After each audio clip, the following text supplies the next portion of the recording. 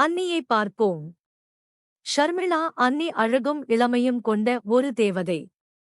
கட்டுக்கோப்பான உடல் மாநிறம் அழகு. எப்போதும் புடவை, ராத்திரியில் மட்டுமே நைட்டி அணியம்.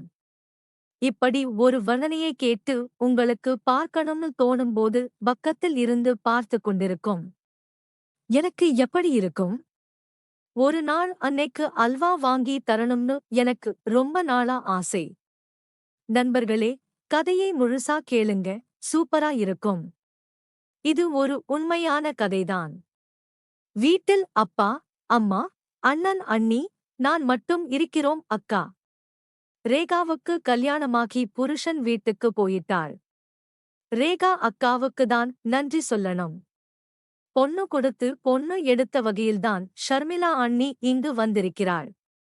என்னை விட அண்ணி 3 மாதம் பெரியவள். 24 வயசில் கல்யாணம் பண்ணிக்கிட்டு வீட்டுக்கு வந்தவள் கண்கள் வழியே இதயத்துக்குள் நுழைந்து தினமும் இம்சை கொடுக்கிறாள். வேலையில்லா பட்டதாரியான நான் இங்கிருந்து அண்ணியை பற்றி நினைக்க அண்ணன் மீது பொறாமையும் ஆத்திரமும் ஏற்பட்டது. அண்ணன் ஓலா கம்பெனி ஒன்றில் சூப்பர்வைசராக இருக்கிறான். காலையில் வேலைக்கு கிளம்பி போனான். ராத்திரி 8 மணி 30 மணிக்கு மேலதான் வருவான். வீட்டில் அப்பா காலையில் வாக்கிங் போவார். 10 மணிக்கு போய் 3 மணி நேரம் வெட்டி நியாயம் பேசிட்டு வருவார். மற்ற நேரங்களில் முடியாத அம்மாவுக்கு சவரட்சணை பண்ணிக்கிட்டு வீட்டிலேயே இருப்பார். அழகான அம்சமானவங்களை பார்க்கிற போது செல்லமா சொல்லிக்குவேன். இது எனக்குள்ள பொதுவான கோட்பாடு. நாளாக அன்னைக்கிட்ட சரளமா பேச ஆரம்பிச்சேன். ஆரம்பத்துல தம்பி தம்பின்னு கூப்பிட்டு பேசியவன் அப்புறம் குமார்னு பேர் சொல்லி கூப்பிடவும் கூச்சம் சங்கோச்சம் எல்லாம் போயிடுச்சு. சமயத்துல நானும் நீவா போன்னு பேசுவேன். உறவும் உரிமையும் பரஸ்பரமானது. படிப்பு, வேலை, காதல் பத்தி எல்லாம் ஒருவருக்கு ஒருவர் பேசி கலாய்ப்பதுண்டு. அன்னையோடு பேசுற போதெல்லாம் பார்த்து பேசுவேன். ஒன்னும் சொல்லத் தோணாமல் பார்வையால் எரித்து மூடிக்குவாள்.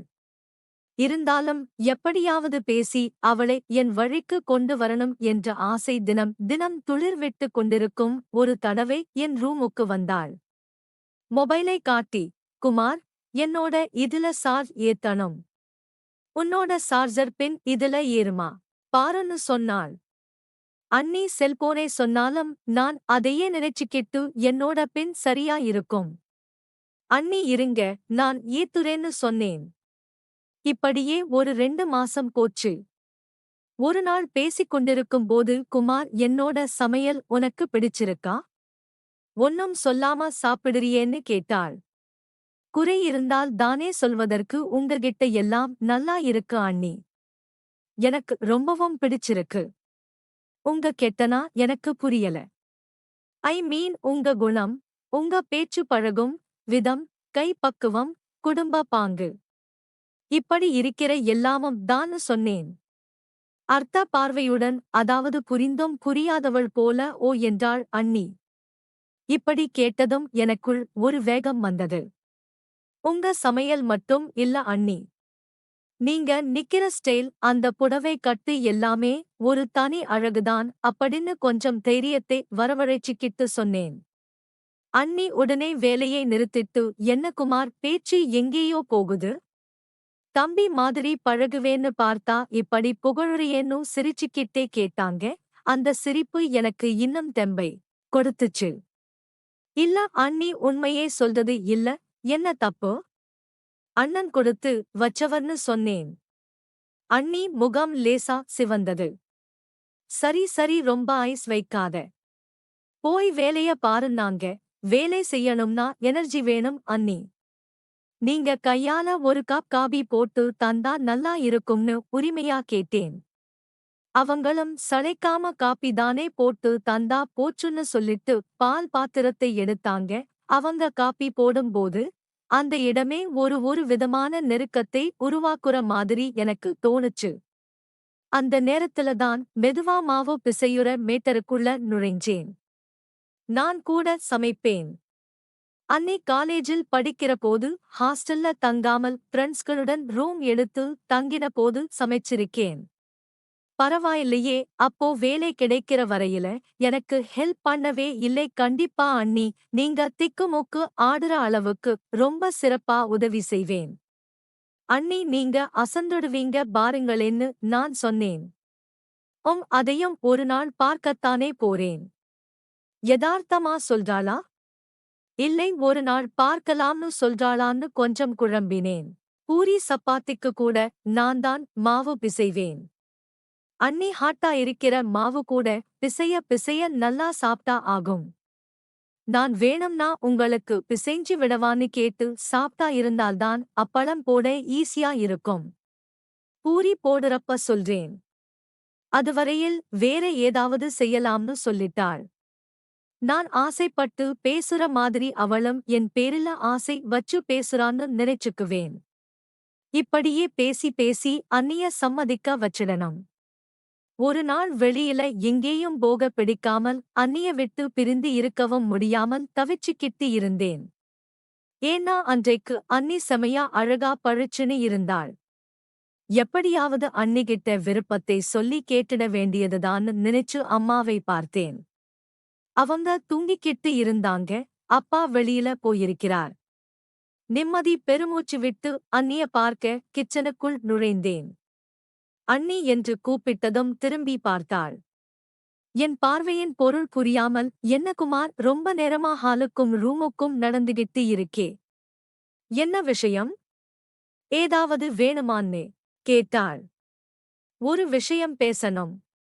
எப்படி ஆரம்பிக்கிறதுன்னு யோசனையா இருக்கு. அண்ணி, எனக்கு வேலை இருக்கு. யோசிச்சு ஒரு முடிவுக்கு வா. அப்புறமா பேசலாம்னு சொல்லி அனுப்பிவிட்டாள். அப்புறம் ஒரு நாள் வீட்டில் யாரும் இல்லை. அதிர்ச்சியானவள், குமார், என்னை இது வழியை விடு, ஒரு அண்ணிகிட்ட இப்படித்தான் பேசுவியான்னு நூசு சொல்லி நகர்ந்து நின்றாள். அறிவில்லை. இப்படியா நீ பண்ணுவேன்னு சொல்லி என் கையை தட்டிவிட்டு அறைக்குள் சென்று கதவை அடைச்சுக்கிட்டாள். இருப்பினும் அடுத்த 4 நாள் அண்ணி என்கிட்ட முகம் கொடுத்து பேசல. எனக்கு உறுத்தலா இருந்துச்சு. நான் நடந்துகிட்ட அநாகரிக செயலை பற்றி வீட்டில் சொல்லாதிருந்தது. துணிச்சலையும் நம்பிக்கையையும் கொடுத்தது. சாரி அண்ணி. அப்போ நான் லைட்டா குடிச்சிருந்தேனா? அதான் தப்பு பண்ணிட்டேன். சாரி. வேலை வித்து இல்லாம வெட்டியா இருந்தால் இப்படித்தான் குடிக்க தோணும். உன் அப்பா தண்ட சோறுன்னு திட்டறாரு. உன் அண்ணன் வெட்டி ஆபீசர்னு வைரார்.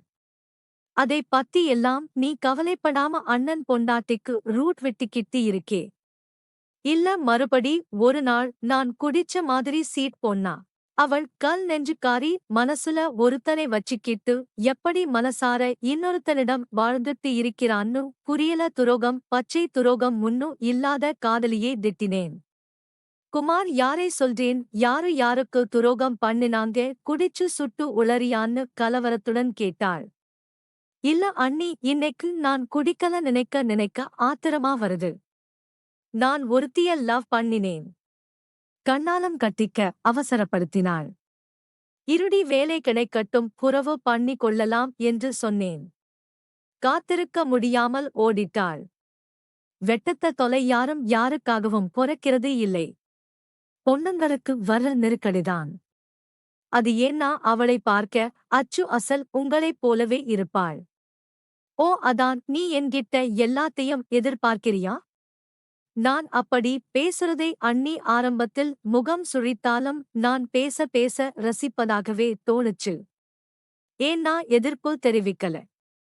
திட்டி தீர்க்கலே. ஆமாம் அண்ணி, குடிக்கலன்னு சொன்னேன். குடிச்சிட்டு கண்ட மேனிக்கு உளறு போய் ரெஸ்ட் எடு. அப்புறம் பார்க்கலாம். சரியா? நான் ஒன்னு கேட்க மறந்துட்டேனே.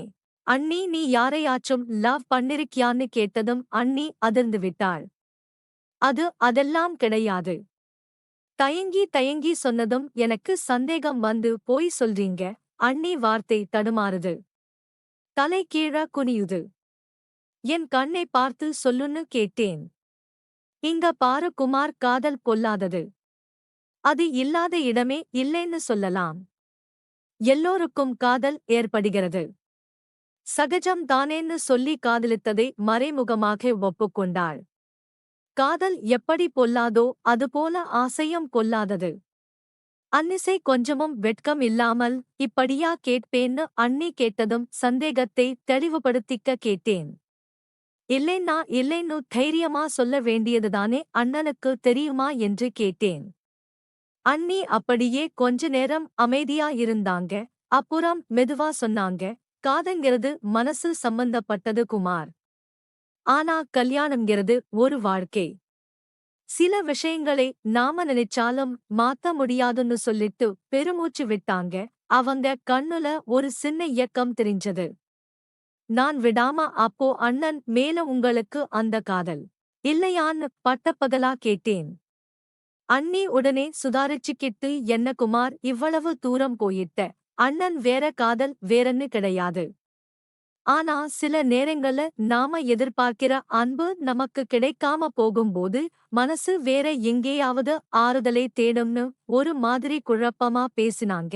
அவங்க சொன்னது எனக்கு சாதகமா தெரிஞ்சது. ஆறுதல் தர நான் இருக்கேன் அண்ணின்னு மெதுவா அவங்க கை மேல கை வச்சேன். இந்த முறை அவங்க கையை தட்டி விடல. ஆனா ஒரு நடுக்கம் அவங்க கிட்ட தெரிஞ்சது. குமார் இது தப்பு, நம்ம உறவு முறைக்கு இது அழகில்லைன்னு வாய் சொன்னாலும் அவங்க பார்வை என்கிட்ட ஏதோ ஒரு சரணாகதியே எதிர்பார்க்கிற மாதிரி இருந்துச்சு. அண்ணி மனசுக்கு பிடிச்சதில்ல, என்ன தப்பு இருக்கு, நாம 2 பேரும் புரிஞ்சுக்கிட்டா போதும்னு இன்னும் நெருங்கி பேசினேன்.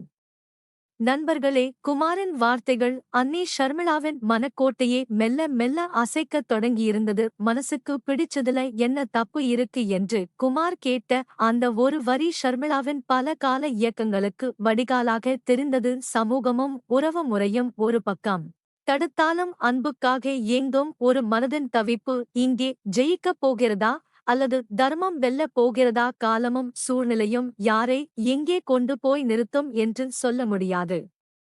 குமார், ஷர்மிளா இடையிலான இந்த தீராத உரையாடலும் எதிர்பாராத நெருக்கமும் அடுத்தடுத்த கட்டங்களை நோக்கி நகர்கிறது.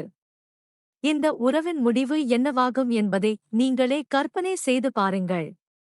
இந்த கதையின் போக்கை வைத்து உங்கள் ரசிகர்களிடம் நீங்கள் கேட்க வேண்டிய சுவாரஸ்யமான கேள்விகள். குமாரின் செயலை நீங்கள் எப்படி பார்க்கிறீர்கள்? ஒரு வேலையில்லாத இளைஞனின் தனிமை இதற்கு காரணமா? அல்லது ஷர்மிளா அண்ணியின் மீது அவனுக்கு இருப்பது உண்மையான ஈர்ப்பா?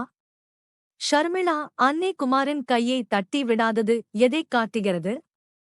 அவர் அண்ணன் மீது கொண்டுள்ள அதிருப்தியா? அல்லது குமாரின் பேச்சு அவரை உண்மையிலேயே மாற்றியிருக்கிறதா? இந்த கதை எப்படி முடிந்தால் சரியாக இருக்கும்? குமார் தன் தவறை உணர்ந்து திருந்துவதா அல்லது இவர்கள் உறவு ரகசியமாக தொடர்வதா? உங்கள் கருத்துக்களை கமெண்டில் சொல்லுங்கள்.